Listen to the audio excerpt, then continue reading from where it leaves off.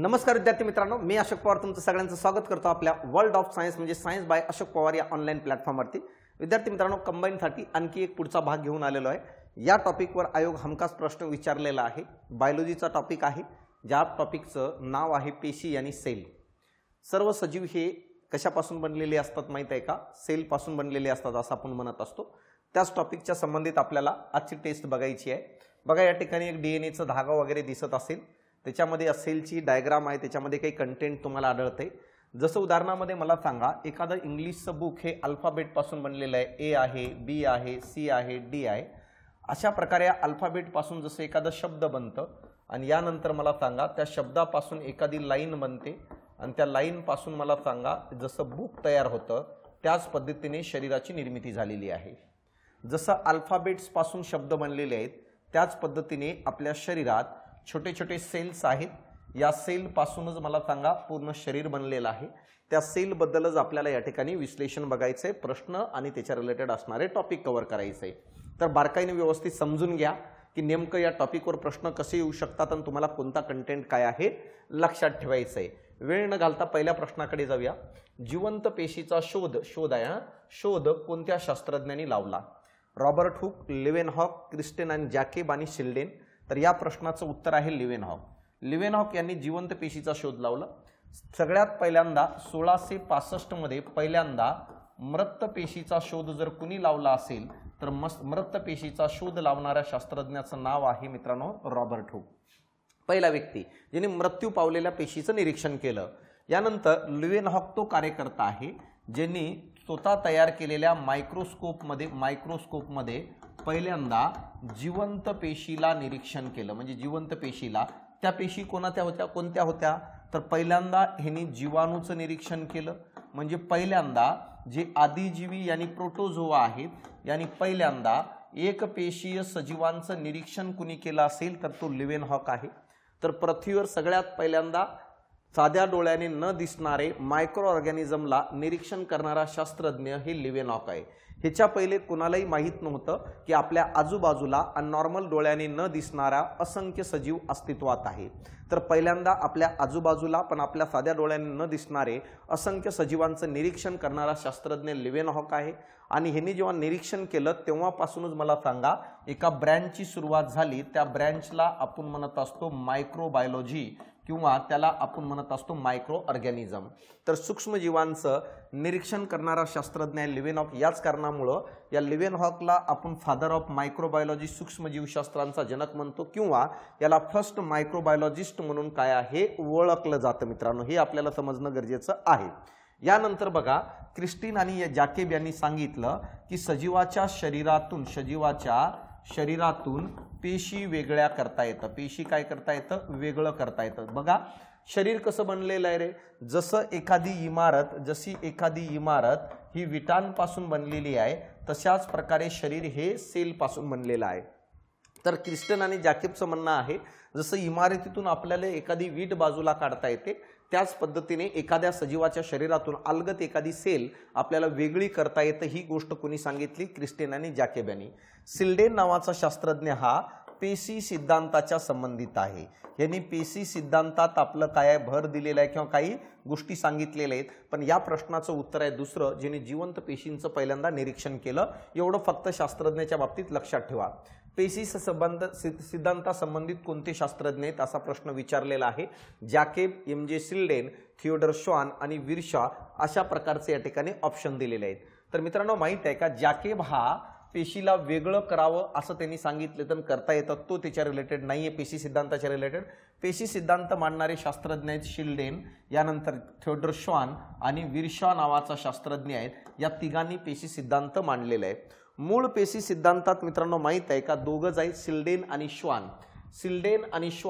शिल्डेन एक आहे आणि त्याच्या रिलेटेड श्वान यांनी काय केलं तर माहित आहे का मूळ पेशी सिद्धांत मांडलेलं होतं। आणि मूळ पेशी सिद्धांतात शिल्डेन आणि श्वान यांनी सांगितलं होतं सर्व सजीव हे पेशीपासून बनलेले असतात। सर्व सजीवाचं संरचनात्मक आणि कार्यात्मक घटक ही सेल यांनी पेशी आहे। ही गोष्ट आपल्याला शिल्डेन आणि श्वान या दोघांनी सांगितलेली दिसते।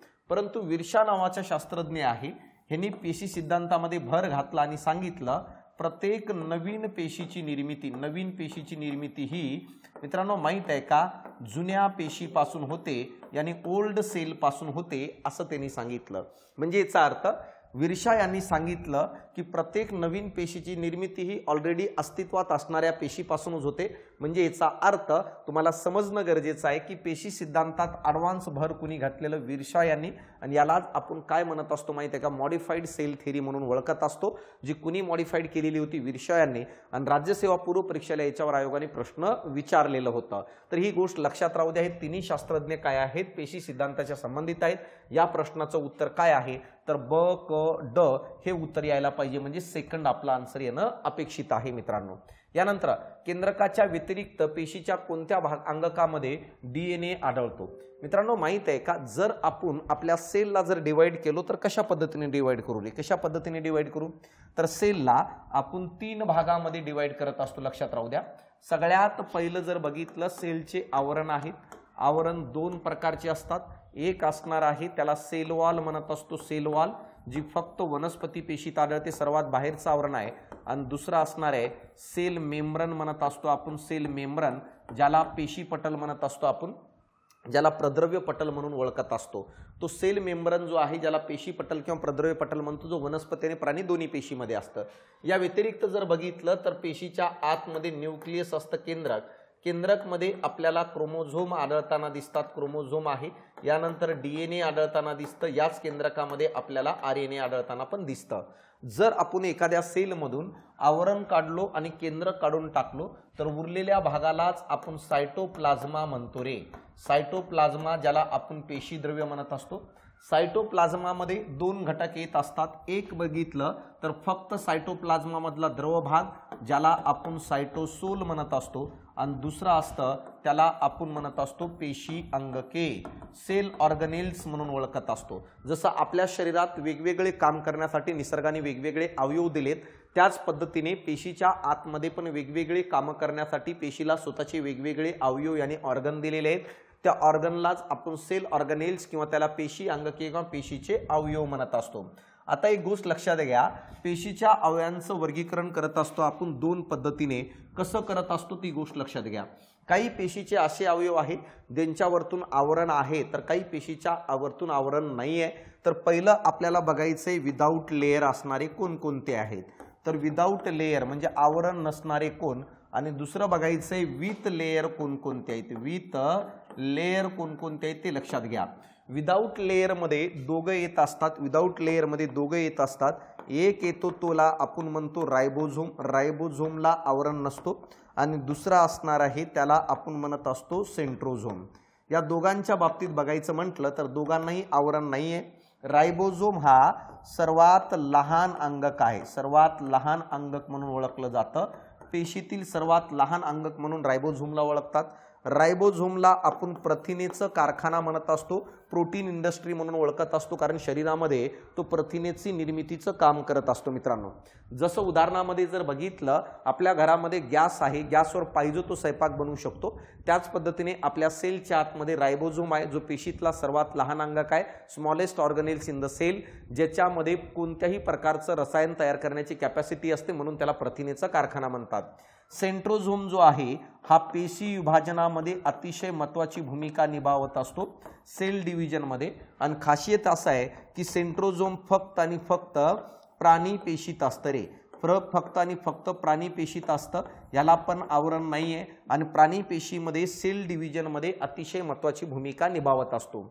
आता आवरण असणारेचे 2 गट तयार करत असतो आपण. आवरण असणाऱ्याचे 2 गट तयार करतो. एक म्हणजे काय, एकेरी आवरण असणारे, एकेरी सिंगल लेयर, आणि दुसरं जर बघितलं तर दुहेरी आवरण असणारे असतात, ज्याला डबल लेयर म्हणत असतो. दुहेरी आवरण असणाऱ्यामध्ये पहिला आहे त्याला आपण म्हणत असतो लवके, ज्याला इंग्लिशमधून म्हणत असतात प्लास्टिड म्हणत असतो. आणि दुसरं जर बघितलं त्याला आपण म्हणत असतो तंतुकणिका, ज्याला इंग्लिशमधून म्हणतात मायटोकॉन्ड्रिया. या दोघांमध्ये डबल लेयर आहे, दोघांनाही बाहेरून दुहेरी आवरण आहे. ह्यांच्याबद्दल जर सांगायचं म्हटलं, हे जे लवके आहेत हे फक्त वनस्पती पेशीमध्ये आपल्याला आढळताना दिसतात.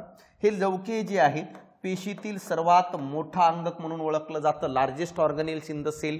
आणि मायटोकॉन्ड्रिया वनस्पती आणि प्राणी दोघांमध्ये पण असतं आणि मायटोकॉन्ड्रिया हे सेकंड लार्जेस्ट ऑर्गेनेल्स आहे, सेकंड लार्जेस्ट ऑर्गेनेल्स म्हणून ओळखत असतो आणि मायटोकॉन्ड्रियाला प्राणी पेशीतील सर्वात मोठा अंगक म्हणतो। बघा आणखी एक गोष्ट, या दोन्ही अंगकाकडे स्वतःचं डीएनए स्वतःकडे असतो, दोन्ही अंगकाकडे स्वतःचं डीएनए स्वतःकडे असतं, म्हणजे याचा अर्थ डीएनए पेशीच्या आतमध्ये दोन ठिकाणी आढळतं, एक केंद्रक यानी न्यूक्लियस आणि दुसरी गोष्ट आढळतं लवके आणि तंतुकणिकेमध्ये, यानी काय प्लास्टिड आणि मायटोकॉन्ड्रियामध्ये जे डबल लेयर आहेत।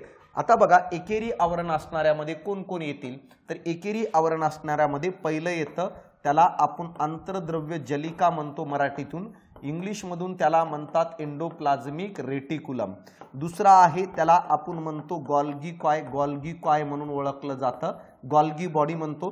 तिसरा आहे लय कारिका म्हणतो आपण मराठीतून, इंग्लिश मधून म्हणतात त्याला लायझोझोम, लायझोझोम आहे। आणि यानंतर चौथा आहे रिक्तिका, रिक्तिका ज्याला इंग्लिश मधून म्हणत असतो आपण व्हॅक्यूल।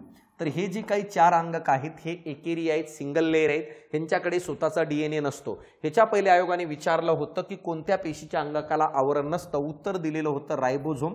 येणाऱ्या काळात तुम्हाला विचारलं जाईल एकेरी कोणता आहे, दुहेरी कोणता आहे, सर्वात मोठा कोणता, सर्वात लहान कोणता, आणि यानंतर डीएनए कुठं आढळतं केंद्रकाच्या व्यतिरिक्त, तर लवके आणि तंतुकणिकेच्या आतमध्ये आढळताना दिसतो। तर केंद्रकाच्या व्यतिरिक्त पेशीच्या कोणत्या अंगकामध्ये डीएनए आढळतं, तर मित्रांनो माहित आहे का, तंतुकणिका आणि लवके या दोघांमध्ये आढळताना आपल्याला दिसतं। तर ब आणि ड हे आपलं आन्सर येणं गरजेचं आहे। रायबोझोम हा पेशीतला सर्वात लहान अंगक आहे, सर्वात काय लहान अंगक आहे। यानंतर रायबोझोमला आवरण नसतं, आवरण नसतं। रायबोझोमला प्रथिनेचं कारखाना म्हणतो का, कारण की तो प्रथिनेंची निर्मिती करत असतं। आता बघा तंतुकणिका आणि लवके या दोघांनाही double layer, double layer, double layer आहे, या दोघांकडे स्वतःचं डीएनए वगैरे असतं। यानंतर लवके फक्त आणि फक्त वनस्पती पेशीत असतं, लवके पेशीतील सर्वात मोठा अंगक आहे। लवके काय करत असतं रे, वनस्पती पेशीमध्ये हरितद्रव्य निर्मितीचं काम करत असतं, ज्या कारणामुळे फोटोसिंथेसिस आणि प्रकाश संश्लेषण घडत असतो मित्रांनो।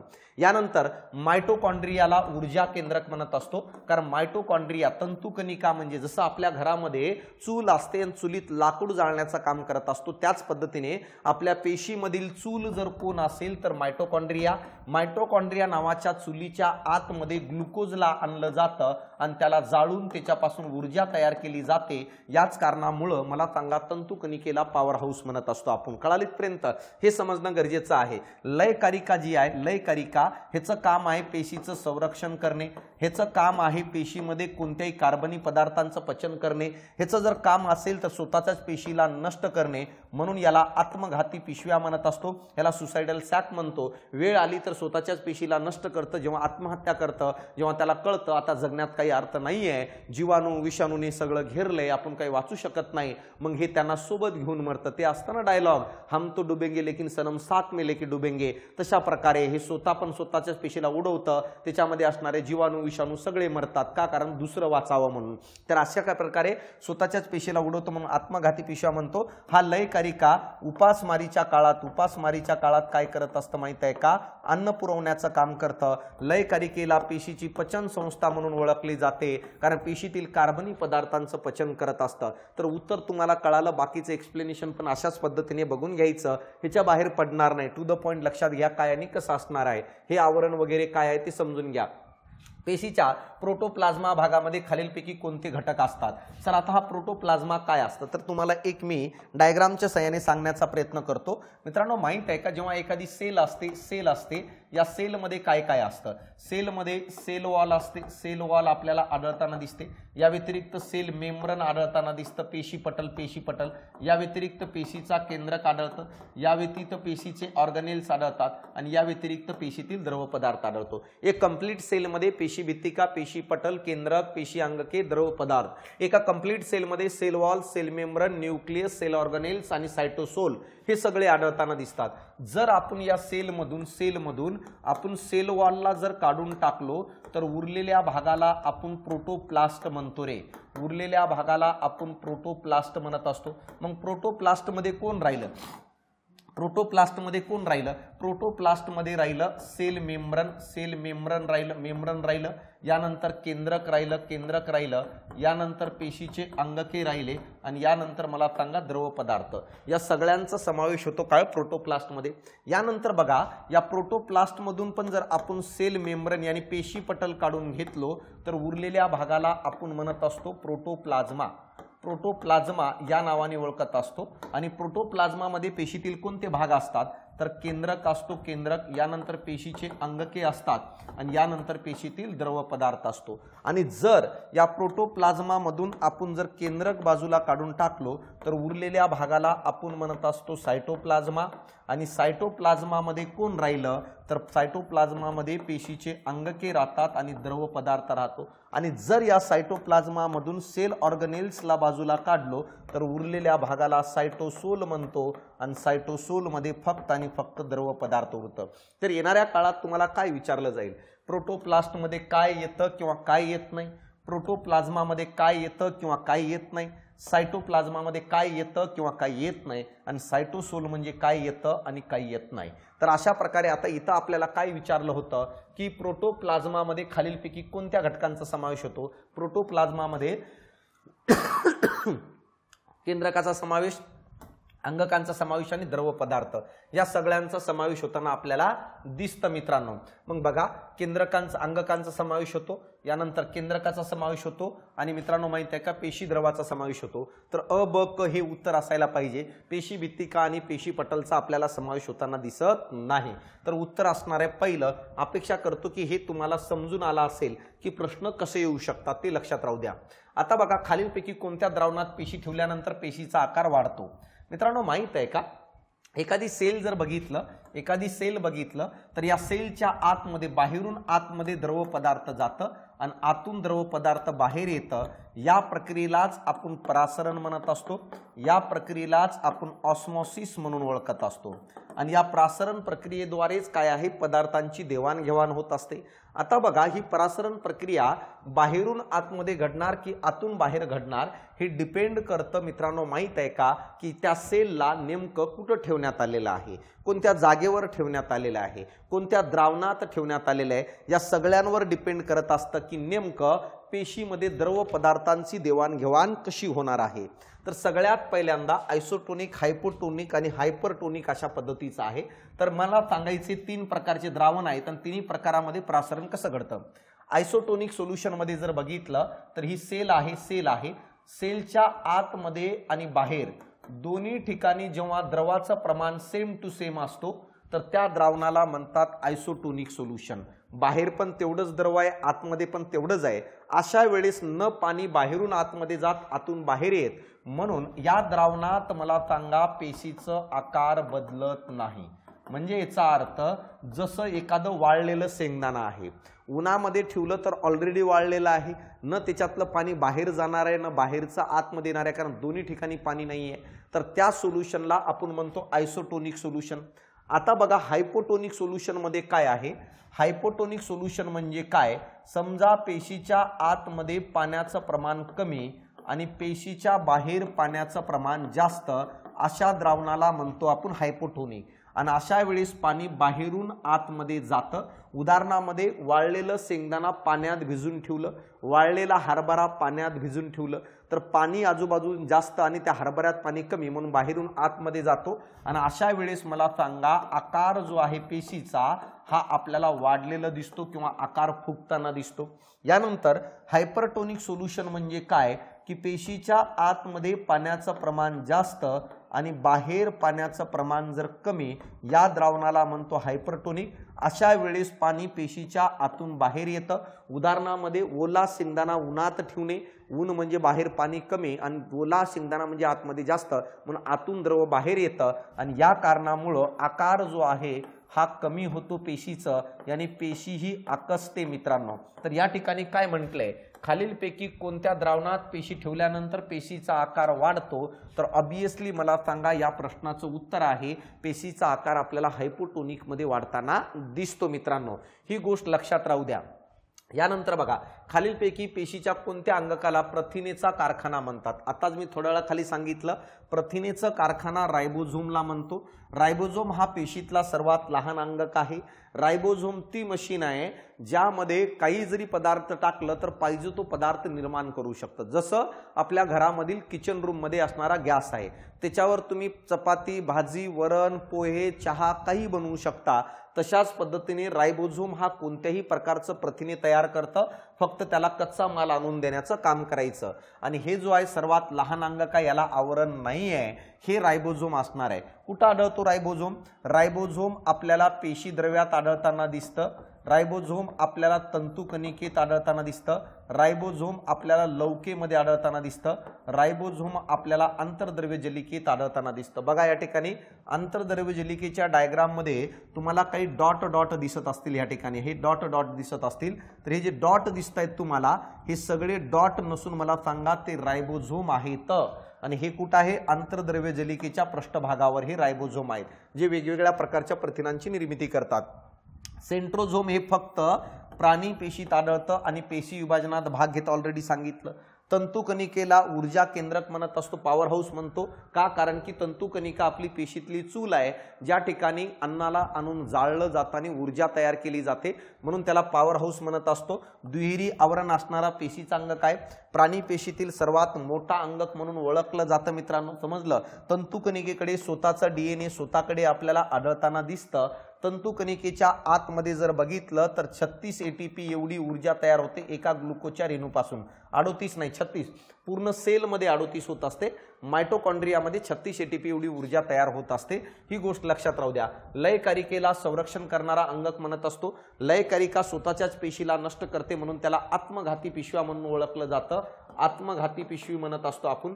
लयकारिका स्वतःच्या पेशीमधील कार्बनी पदार्थांचं पचन करतं, म्हणून त्याला पेशीची पचन संस्था म्हणून आपण ओळखत असतो. आणि मित्रांनो, माहित आहे का, उपासमारीच्या काळामध्ये अन्न पुरवण्याचं काम पण कोण करत असतं? लयकारिका करते. परंतु तत्पर या प्रश्नाचं उत्तर आहे दुसरं. पेशीचा स्त्रावी अंगक, सिक्रेटरी ऑर्गन कोणता आहे? तर मित्रांनो, माहित आहे का, पेशीचा स्त्रावी अंगक म्हणून गोल्गी कॉयला ओळखलं जातं. गोल्गी कॉय काय करतो ते बघा. पहिल्यांदा त्याच्यासाठी समजावं लागतं आपल्याला आंतरद्रव्य जलिका. आंतरद्रव्य जलिका काय करत असते माहित आहे का? आंतरद्रव्य जलिका प्रथिनाची निर्मिती करतं. प्रथिनाची निर्मिती करत असतं. कशाच्या साहाय्याने? तर आंतरद्रव्य जलिकेच्या पृष्ठभागावर रायबोझोम प्रेझेंट असतात आणि या रायबोझोमच्या साहाय्यानेच आंतरद्रव्य जलिका, एंडोप्लाझ्मिक रेटिक्युलम हे प्रोटीन सिंथसिस करत असतं. आणि या प्रथिनेचं रासायनिक गुणधर्म बदलवण्याचं काम, रासायनिक गुणधर्म बदलवणे हे जर कोणाचं कार्य असेल तर कोणाचं कार्य आहे? गोल्गी कॉयचं कार्य आहे. म्हणजे याचा अर्थ बघा, जसं जमिनीतून क्रूड ऑइल काढलं जातं आणि त्याच्यापासून पेट्रोल, डिझेल, केरोसिन वेगळं बनवलं जातं, तर जमिनीतून क्रूड ऑइल काढण्याचं काम हे आंतरद्रव्य जलिकेचं आहे. आणि त्या क्रूड ऑइलचं रासायनिक गुणधर्म बदलून पेट्रोल, डिझेल, केरोसिन करणं हे गोल्गी कॉयचं काम आहे. याच कारणामुळे गोल्गी कॉयला पेशीचा रासायनिक कारखाना म्हणतो रे. पेशीचा रासायनिक कारखाना जर कोणाला म्हणत असेल तर गोल्गी कॉयला. शरीराचा रासायनिक कारखाना हे लिव्हरला आणि प्रथिनेचा कारखाना हे रायबोझोमला म्हणत असतो. मित्रांनो, हे समजणं गरजेचं आहे. आणि ही गोल्गी कॉयला हे वेगवेगळ्या प्रकारचे गुणधर्म बदलून रसायन बाहेर फेकत असते, तिची विल्हेवाट लावत असते, म्हणून या गोल्गी कॉयला स्त्रावी अंगक म्हणत असतो. तसेच हा गोल्गी कॉय पेशीतील अन्य अंगकाच्या निर्मितीसाठी पण महत्त्वाची भूमिका निभावत असतो. मित्रांनो, जसं उदाहरणामध्ये जर बघितलं तर काय करत असतं हे, तर वेगवेगळे गोल्गी कॉय हे रिक्तिकाच्या निर्मितीसाठी पण कारणीभूत असतं. गोल्गी कॉय हे रसायनांचं गुणधर्म बदलवतं आणि त्याची विल्हेवाट लावण्याचं काम करत असतो. म्हणजे कुठं पाठवायचं, किती पाठवायचं, म्हणजे डिस्ट्रीब्युशनचं काम करत असतं. मित्रांनो, कोण असणार आहे? हे गोल्गी कॉय. यानंतर लयकारिका मी तुम्हाला ऑलरेडी सांगितलं. रिक्तिका जो आहे ना, रिक्तिका एक प्रकारचं गोडाऊन आहे ज्यामध्ये सॉलिड आणि लिक्विड पदार्थ साठवलं जातं. लिक्विड पदार्थ स्टोर करण्याचं काम करतं स्थायू आणि द्रव पदार्थ. जसं आपल्या घरी किराणा दुकान आहे तर आपण आणलेला माल सगळं किराणा दुकानात ठेवत नाही, पहिल्यांदा एका गोडाऊन मध्ये साठवून ठेवतो. त्याच पद्धतीने एखाद्या सेलमध्ये असणारा स्थायू आणि द्रव पदार्थाला साठवून ठेवण्याची जबाबदारी व्हॅक्यूल आणि रिक्तिकेची आहे. रिक्तिकेचा आकार निश्चित नसतो, पदार्थाच्या प्रमाणानुसार बदलत असतं. वनस्पती पेशीमध्ये अन्न पदार्थाची निर्मिती करावी लागते, म्हणून वनस्पती पेशीमध्ये रिक्तिकेचा आकार हा प्राण्याच्या तुलनेत मोठा असतो, कारण अन्न पदार्थ त्यांना साठवावं लागतं आणि रिक्तिकेची साईज जशी जशी वाढेल पेशीचं द्रव पदार्थ हा कडेला सारत जातो आणि वनस्पती पेशीत रिक्तिकेचा आकार मोठा असल्यामुळं याच कारणामुळे वनस्पती पेशीतील पेशी द्रव यानी लिक्विड हा बाजूला सारलेला आपल्याला दिसतो मित्रांनो। पण तत्पर या प्रश्नाचं उत्तर आहे दुसरं। यानंतर दृश्य केंद्रकी डीएनएचा शोध कुणी लावला? ग्रिफिथ, हर्ष, चॉस आणि फ्रेडरिच मिशर। तर मित्रांनो माहित आहे का, फ्रेडरिच मिशर यांनी दृश्य केंद्रकी डीएनएचा शोध लावला। दृश्य केंद्रकी म्हणजे त्याला आपण युकॅरोटिक म्हणत असतो, युकॅरोटिक म्हणून ओळखत असतो। यानी विकसित सजीवाच्या पेशीतील डीएनएचा शोध कुणी लावला असेल तर कुणी लावलेला आहे? Friedrich Miescher. आता फ्रेडरिच मिशर यांनी काय काय सांगितलं? फ्रेडरिच मिशर यांनी सांगितलं सेलमध्ये द्रव पदार्थ असतं त्याला न्यूक्लिक ऍसिड म्हणायचं, न्यूक्लिक ऍसिड म्हणायचं असं त्यांनी सांगितलं। नंतर म्हणतो की या न्यूक्लिक ऍसिड मध्ये 3 प्रकारचे रसायन आढळतात। एक आढळतं शर्करा, ज्याला आपण शुगर म्हणत असतो, साखर म्हणत असतो। दुसरं म्हणतो तो फॉस्फेट गट आढळतं, फॉस्फेट गट ज्याला फॉस्फरिक आम्ल म्हणत असतो। आणि तिसरं म्हणतो की नायट्रोजन पदार्थ आढळतं। नायट्रोजन काय आहे? पदार्थ। हे तिघही रसायन कुठं प्रेझेंट असतात? न्यूक्लिक ऍसिड मध्ये, यानी केंद्रकाच्या आतमध्ये, सेलच्या केंद्रकाच्या आतमध्ये न्यूक्लिक ऍसिड आणि न्यूक्लिक ऍसिड मध्ये 3 कंटेंट। या तिन्ही कंटेंटला एका नावाने ओळखलं जातं, यालाच आपण न्यूक्लियोटाइड म्हणत असतो। तर न्यूक्लियोटाइड म्हणजे कोणाचं एकत्रीकरण? न्यूक्लियोटाइड म्हणजे शर्करेचं एकत्रीकरण, न्यूक्लियोटाइड म्हणजे फॉस्फरिक ऍसिड, फॉस्फरिक आम्लाचं एकत्रीकरण आणि न्यूक्लियोटाइड म्हणजे नायट्रोजन पदार्थ। नायट्रोजन काय आहे? पदार्थ। या तिघांचं एकत्रीकरण केल्यानंतर तयार होणाऱ्या द्रावणाला न्यूक्लियोटाइड म्हणतो आणि या न्यूक्लियोटाइड पासूनच डीएनए आणि आरएनए तयार झालेले असतात। लक्षात राहू द्या, डीएनए आणि आरएनए केंद्रकात तयार होतात। केंद्रकात 3 प्रकारचे रसायन आहेत, शर्करा, फॉस्फरिक आम्ल, नायट्रोजन पदार्थ। या तिघांच्या एकत्रीकरणातूनच जर बघितलं, या तिघांच्या एकत्रीकरणातूनच काय असणार आहे माहिती आहे का? न्यूक्लियोटाइडची निर्मिती होणारी असते। न्यूक्लियोटाइड मध्ये शर्करा, फॉस्फरिक आम्ल आणि नायट्रोजनयुक्त पदार्थ या तिघांचा समावेश होतो। आयोग विचारतं या व्यतिरिक्त एक रसायन आहे, त्याला आपण म्हणत असतो न्यूक्लियोसाइड। न्यूक्लियोसाइड मध्ये फक्त दोघांचा समावेश होतो, एक येतं शर्करा आणि दुसरं येतं नायट्रोजन पदार्थ। नायट्रोजन पदार्थ ज्याला इंग्लिश मधून नायट्रोजन बेस म्हणत असतात। तर तुम्हाला विचारलं जाईल न्यूक्लियोसाइड मध्ये कोण येणार नाही? तर फॉस्फरिक आम्ल येणार नाही आणि कोण येतं? तर शर्करा आणि नायट्रोजन पदार्थ। जे नायट्रोजन पदार्थ आहेत ना, ते एक प्रकारचे नसून आपल्या पेशीच्या केंद्रकामध्ये न्यूक्लियसमध्ये 5 प्रकारचे नायट्रोजन पदार्थ आपल्याला आढळताना दिसतात मित्रांनो। मग आता बघा नायट्रोजन बेसिस कोणते आहेत? नायट्रोजन बेसिस कोणते आहेत ज्याला नायट्रोजनयुक्त पदार्थ म्हणतो? 5 आहेत। सगळ्यात पहिलं जर बघितलं तर त्याला आपण म्हणत असतो अडेनाइन। अडेनाइन नावाचा एक आहे जो एने दाखवतो। दुसरं जर बघितलं तर त्याला आपण म्हणत असतो ग्वानिन। ग्वानिन जो जी ने दाखवतो। तिसरं जर बघितलं तर सायटोसाइन आहे, सायटोसाइन। सायटोसाइन जो आपण कॅपिटल सी ने दाखवतो। चौथं जर बघितलं तर त्याला आपण म्हणतो थायमिन। थायमिन जो कॅपिटल टी ने दाखवत असतो आणि 5वा असणारे युरॅसिल। जर तुम्हाला विचारलं की नायट्रोजनयुक्त पदार्थ किती, तर एकूण 5 आहे केंद्रकामध्ये। या नायट्रोजनयुक्त पदार्थाला 2 गटामध्ये वर्गीकृत करण्यात आलेले आहेत। लक्षात राहू द्या कोण कोण आहेत? अडेनाइन, ग्वानिन, सायटोसाइन, थायमिन आणि युरॅसिल। पहिला जो गट आहे त्याला प्युरिन गट म्हणत असतो आपण आणि दुसरा जो गट आहे त्याला पिरिमिडिन गट म्हणून ओळखलं जातं। तर हे 2 गट लक्षात राहू द्या। प्युरिन गटामध्ये दोघांचा समावेश होतो, एक अडेनाइनचं आणि दुसरं ग्वानिनचं। अडेनाइन आणि ग्वानिन नावाचे नायट्रोजनयुक्त पदार्थ हे प्युरिन गटामध्ये येतात आणि या ठिकाणी बघा थायमिनचा समावेश होतो, यानंतर सायटोसाइनचा समावेश होतो आणि 5वं युरॅसिलचा पण समावेश होतो। तर तुम्हाला विचारलं जाईल की प्युरिन गटातील नायट्रोजन बेस पदार्थ कोणकोणते आहेत, पिरिमिडिन गटातील नायट्रोजनयुक्त बेस पदार्थ कोणकोणते आहेत, तर आपल्याला सांगता यायला पाहिजे न्यूक्लियोटाइड काय, न्यूक्लियोसाइड काय। डीएनए कोणापासून तयार झालेले असतात? शर्करा, फॉस्फेट गट आणि नायट्रोजन पदार्थ म्हणजेच कोणापासून? न्यूक्लियोटाइड पासून तयार झालेले असतात। आणि या डीएनएचा उल्लेख जर कुणी केला असेल तर फ्रेडरिच आणि मिशर यांनी। म्हणून दृश्य केंद्रकी डीएनएचा शोध कुणी लावला? तर या प्रश्नाचं उत्तर आहे फ्रेडरिच मिशर यांनी। ग्रिफिथ यांनी सांगितलं की जे काही माहिती आहे ती एका सजीवाकडून दुसऱ्या सजीवाकडे ट्रान्सफर करता येतं। हे सगळ्यात पहिल्यांदा ग्रिफिथ यांनी सांगितलं होतं, पण कसं करता येतं हे सांगितलं नव्हतं। हर्ष आणि चॉस यांनी सांगितलं होतं की ही माहिती डीएनएच्या साहाय्याने पास करता येतं, डीएनएच्या साहाय्याने काय केलं जातं? पाठवलं जातं। परंतु ग्रिफिथ आणि हर्ष आणि चॉस यांनी जीवाणूच्या डीएनए बद्दल बोललं होतं, जीवाणूच्या डीएनए बद्दल। कारण जीवाणूची पेशी ही आदिकेंद्रकी पेशी म्हणून ओळखली जाते। म्हणजे याचा अर्थ ग्रिफिथ आणि हर्स आणि चॉस हे आदिकेंद्रकी यानी प्रोकॅरोटिक डीएनए बद्दल बोललं होतं आणि ग्रिफिथ यांनी काय केलं माहित आहे का, सॉरी फ्रेडरिच मिशर यांनी दृश्य केंद्रकी डीएनएचं यानी काय आहे यूकॅरोटिक डीएनएचा शोध लावला आणि बाकीचं विश्लेषण सांगितलं। वॉटसन आणि क्रिक यांनी डीएनएची संरचना स्पष्ट केलेली आहे, यांनी डीएनएची संरचना स्पष्ट केली। म्हणजे आपण म्हणतो ना डीएनए हा डबल सर्पिल आकार डबल हेलिक्स आहे, तर ही संरचना स्पष्ट करणारे शास्त्रज्ञ वॉटसन आणि क्रिक होते मित्रांनो। तर या प्रश्नाचं उत्तर आहे तिसरं। एवढं तुम्हाला समजलं असेल तर आता बघा पुढचं पॉइंट, न्यूक्लियोटाइड मध्ये कोणत्या घटकांचा समावेश होतो। आता सांगितलं मी न्यूक्लियोटाइड मध्ये शर्करेचा समावेश होणार आहे, फॉस्फरिक आम्लाचा समावेश होणार आहे, नायट्रोजन पदार्थाचं, म्हणून वरील सर्व आहे न्यूक्लियोसाइड म्हटले रे, तर न्यूक्लियोसाइड आहे न्यूक्लियोसाइड मध्ये शर्करा आणि नायट्रोजन बस म्हणजे अ आणि क हे तिसरं उत्तर येईल। आणि न्यूक्लियोटाइड म्हणल्यावर तिघ आले असते, न्यूक्लियोटाइड म्हणल्यावर तिघ आले असती, तर साइड म्हटले बघ रे भाऊ साइड म्हणल्यावर दोघं शर्करा आणि नायट्रोजन पदार्थ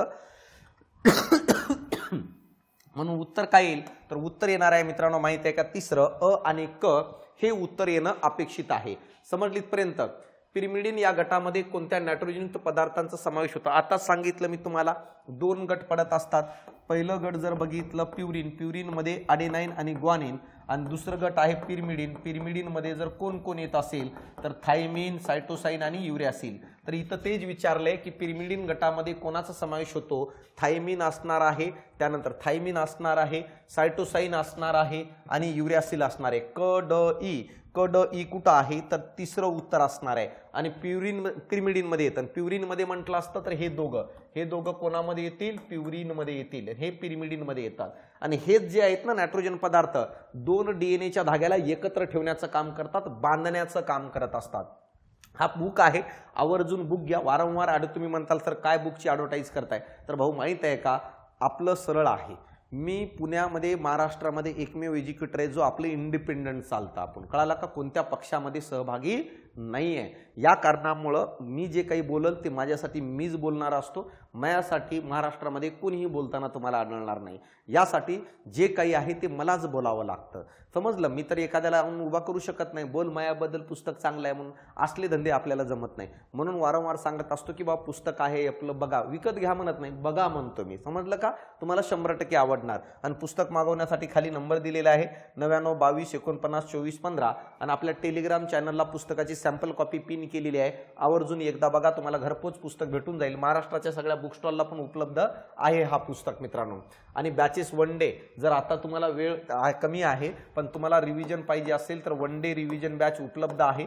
वन डे रिव्हिजन बॅच मध्ये 15-20 लेक्चर असणार आहेत, त्याच्यामध्ये सगळं होऊन जाईल। यासाठी ॲप्लिकेशन डाउनलोड करा प्ले स्टोर वरून, सायन्स बाय अशोक पवार, किंवा खाली लिंक दिलेली आहे बघा, डिस्क्रिप्शन बॉक्स मध्ये लिंक आहे बघा। डीएनए संरचना संबंधी योग्य विधाने निवडा। डीएनएची संरचना बघा, डीएनएची रचना वॉटसन आणि क्रिक यांनी मांडली, हे बरोबर आहे। पहिलं विधान, डीएनए हायड्रोक्रोमॅटिन हा भाग जास्त गुंडाळलेला व गडद रंगाचा असतो, डीएनएचा युकॅरोटिन भाग कमी गुंडाळलेला आणि फिकट रंगाचा असतो। मित्रांनो माहित आहे का, जेव्हा डीएनएला आपण पाहतो तर डीएनए ही संरचना वॉटसन आणि क्रिकनी मांडली, हे बरोबर आहे।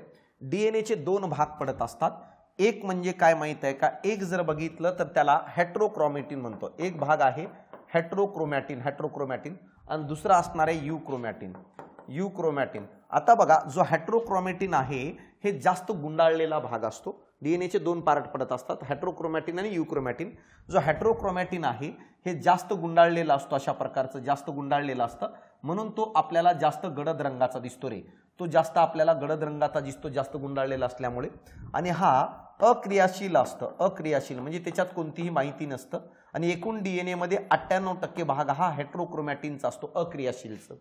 बघा, डीएनएचा काही भाग आहे जो कमी गुंडाळलेला असतो, म्हणून तो आपल्याला जास्त गडद न दिसता फिकट रंगाचा दिसतं, आणि हा कार्यशील असतं यानी हा ऍक्टिव्ह भाग असतं।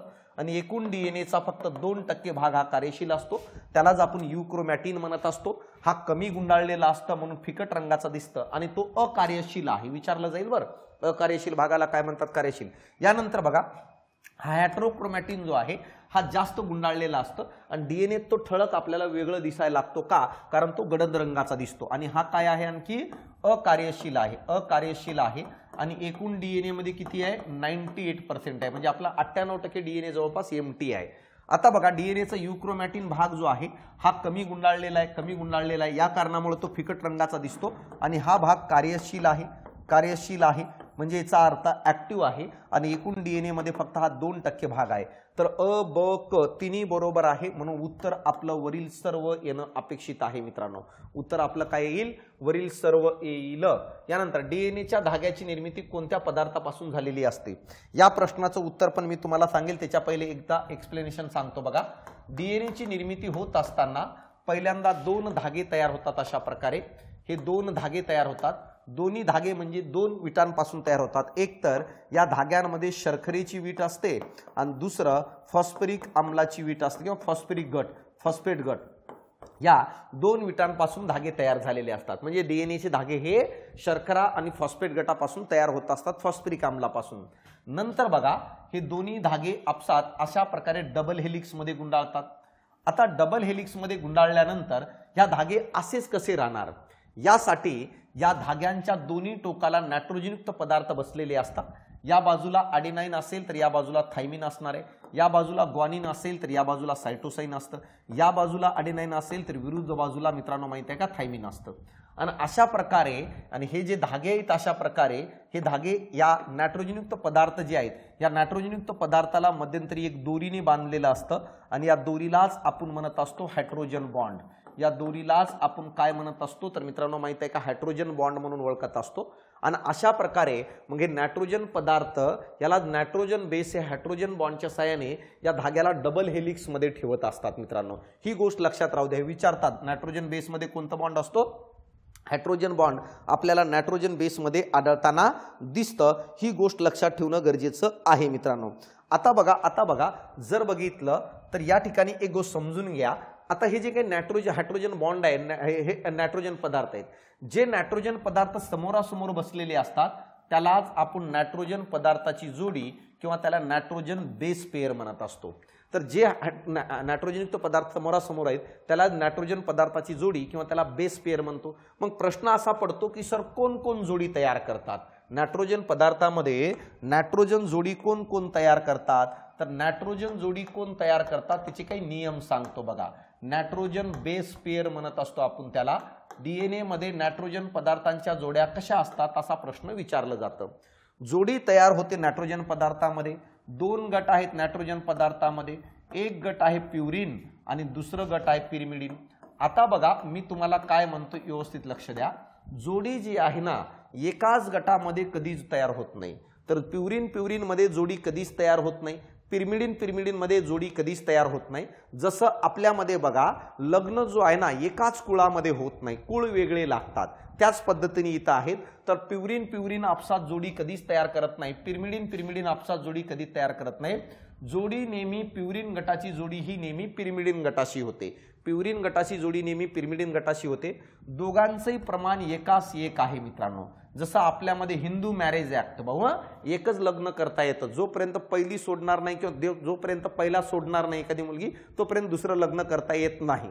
त्याच पद्धतीने इथं तसंच आहे, एकास एक जोडी आहे. असं नाही जमत भाऊ एकटी आहे किंवा एकटा आहे आणि लग्न 2-3 एकदाच करून टाकले तर ते अलाउड नाहीये. सेम तशाच प्रकारे प्युरिन गटामधला एक भाग घेत असेल तर पिरिमिडिन मधला पण एक भाग घेतो. आता प्युरिन मध्ये कोण कोण आहेत, अडेनाइन आणि ग्वानिन आहे. पिरिमिडिन मध्ये कोण कोण असणार आहे, सायटोसाइन, थायमिन आणि युरॅसिल आहे. आता जोडी तयार करायला काही लोक एकत्र येतात, आपल्याकडे एंगेजमेंट करतात की नाही, लग्न जुळवतात.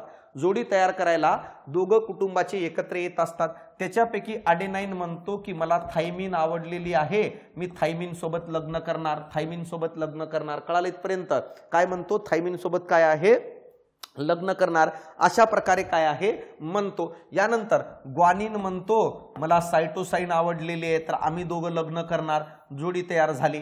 आता बघा या ठिकाणी राहिलं बिचारा युरियासिल. युरियासिलला पण वाटतं आपण पण लग्न करावं, पण भाऊ माहित आहे का या कुटुंबात मुली संपल्या, कोणी आहे का रे? नाही. मग युरियासिल तो कार्यकर्ता आहे जो अपेक्षेने तर लग्नात आलतं पण पत्रवाळ्या उचलून निघून गेला, याने जेवण करून निघून गेलं, त्याला काही जोडी तयार करता आली नाही, पण त्याच्या भावना आहेत जोडी तयार व्हावी. जसं तुमच्यातले काही युरियासिल अवस्थेत आहेत, कळू राहिले की नाही? तुमच्यातले काही सध्या युरियासिल अवस्थेत आहेत ज्यांना वाटतं जोडी तयार करावं पण जोडीदारच भेटना, समजलं की नाही? मग इथं बघा अडेनाइनची जोडी नेहमी थायमिनशी, ग्वानिनची जोडी नेहमी सायटोसाइनशी. अडेनाइन आणि थायमिन मध्ये मला सांगा डबल हायड्रोजन बॉन्ड असतो रे, डबल हायड्रोजन बॉन्डने ही जोडी तयार झालेली असते अशा पद्धतीने. आणि ग्वानिन आणि सायटोसाइन मध्ये आपल्याला ट्रिपल हायड्रोजन बॉन्ड आढळताना दिसतं. आणि कोण भाग घेत नाही तर डीएनए मध्ये युरियासिल भाग घेत नाही. कळालं इथपर्यंत? तर हे तुम्हाला विचारलं जाऊ शकतात. तर अपेक्षा करतो डीएनएच्या धाग्याची निर्मिती कोणत्या पदार्थापासून झालेली असते? शर्करा आणि फॉस्फेट गट हे दोघांपासून धागे तयार झालेले असतात, म्हणून उत्तर अ आणि ब. आणि पूर्ण डीएनए कोणापासून तयार झालेले असतील तर तिघांपासून.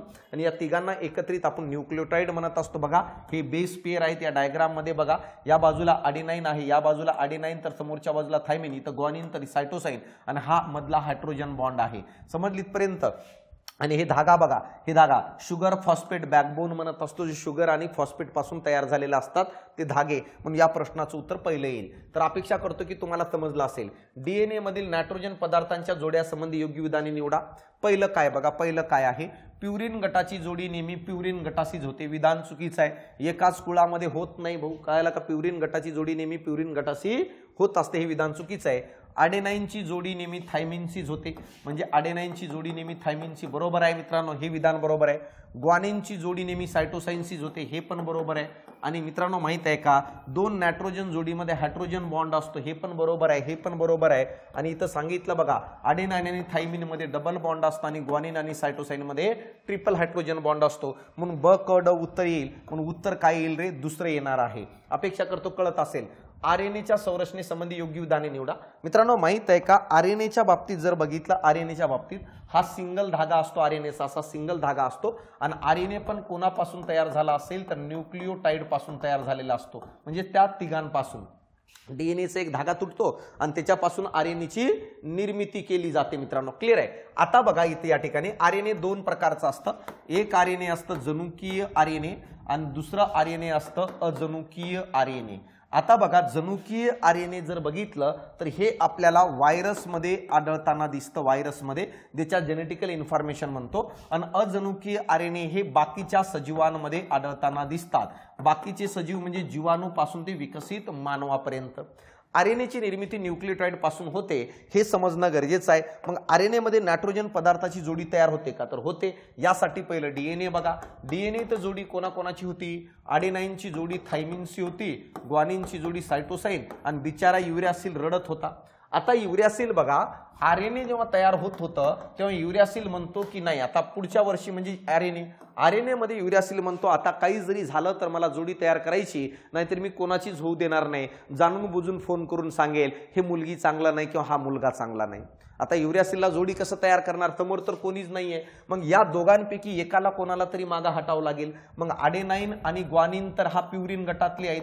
आता इथं थायमिन म्हणतो की चला युरियासिल साठी मी त्याग करतो, युरियासिल साठी मी काय निघून जातो. आणि अशा प्रकारे थायमिन निघून जातो आणि अडेनाइन सोबत येऊन जातं युरियासिल. आणि ग्वानिन आणि सायटोसाइन म्हणतात जब तक जिएंगे साथ जिएंगे नाही तो साथ मरेंगे. म्हणजे काय, ग्वानिन आणि सायटोसाइन जोडी तोडत नाही, तर आरएनए मध्ये अडेनाइनची जोडी युरियासिल सोबत होते. आणि पत्रवाळ्या उचलण्याचं काम कोण करतं? तर थायमिन करत असतो. तर ही गोष्ट लक्षात राहू द्या मित्रांनो. तर हे समजणं गरजेचं आहे काय आणि कसं असणार आहे. तर आता इथं बघा जनुकीय आरएनए फक्त विषाणूमध्ये आढळतं, विधान बरोबर आहे, विधान बरोबर आहे. जेनेटिक आरएनए हा फक्त व्हायरसमध्ये आढळताना दिसतं. आरएनए मध्ये अडेनाइनची जोडी युरियासिल सोबत व ग्वानिनची जोडी सायटोसाइन सोबत असते, बरोबर आहे. अडेनाइनची जोडी युरियासिल आणि ग्वानिनची जोडी सायटोसाइन, हे विधान पण बरोबर आहे. आरएनए मध्ये थायमिन जोडी तयार करत नाही, हे पण बरोबर आहे. आरएनए हा डीएनए पेक्षा जास्त रासायनिक दृष्ट्या क्रियाशील असतो, हे विधान पण बरोबर आहे. कारण की आरएनए हा जास्त क्रियाशील आहे डीएनएच्या तुलनेत, मग अशा प्रकारे अ ब क ड म्हणजे वरील सर्व हे उत्तर यायला पाहिजे। शेवटचा प्रश्न आहे बघा, शेवटचा प्रश्न काय असणार आहे तर मित्रांनो, खालीलपैकी कोणत्या आरएनए मध्ये नायट्रोजन पदार्थाच्या जोड्या आढळतात? तर जो पहिला आरएनए एमआरएनए ह्याच्यात पेयर आढळत नाही रे, ह्याच्यात पेयर आढळत नाही नायट्रोजन पदार्थाच्या, या खालच्या दोघांमध्ये आढळतात, म्हणून ब आणि क हे उत्तर येणं अपेक्षित आहे। मित्रांनो, एमआरएनए हा मेसेंजर आरएनए म्हणून ओळखलं जातं, तो डीएनए पासूनची माहिती रायबोझोम पर्यंत घेऊन जाण्याचं काम करतं।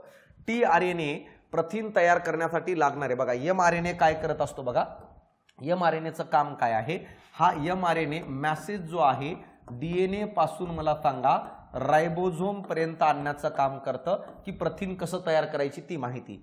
टीआरएनए काय करत असतं, कच्चा माल पुरवण्याचं काम करतो, कारण प्रथिन तयार करण्यासाठी अमिनो ऍसिडची गरज लागते आणि तो कच्चा माल पुरवण्याचं काम टीआरएनए करत असतो। आरआरएनए प्रथिन निर्मितीसाठी मदत करत असतं, रायबोझोम सोबत आपल्याला आढळताना दिसतं, जो प्रथिन फॉर्मेशन करण्याचं काम करत असतो। तर हे अशा प्रकारे या प्रश्नाचं उत्तर तुम्हाला भेटलेलं आहे। अपेक्षा करतो की तुम्हाला डीएनए आरएनए सेल सगळं टॉपिक क्लिअर झाला असेल। येणाऱ्या काळात आणखी मी टॉपिक घेऊन येण्याचं काम करतो। जर तुम्हाला लेक्चर आवडत असेल तर आवर्जून लिंक शेअर करा आपल्या मित्रपरिवारापर्यंत आणि आपल्या लेक्चर बद्दल, आपल्या बॅचेस बद्दल त्यांना आवर्जून सांगा मित्रांनो।